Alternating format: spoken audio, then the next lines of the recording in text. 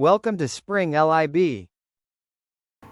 Okay, it's given that the aeroplane has a surface area A of 200 square meters.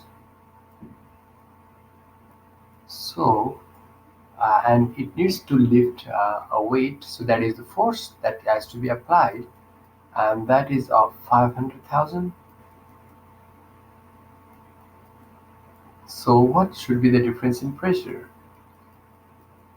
So, the difference in pressure is what applies the force. So, the pressure would be force upon area.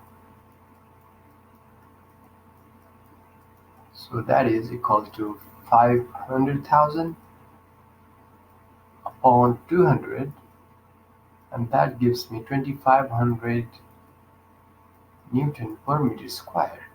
So the difference in pressure between the upper face and the lower face of the wing needs to be 2500 Newton meter square, and according to this the velocity of the aeroplane is determined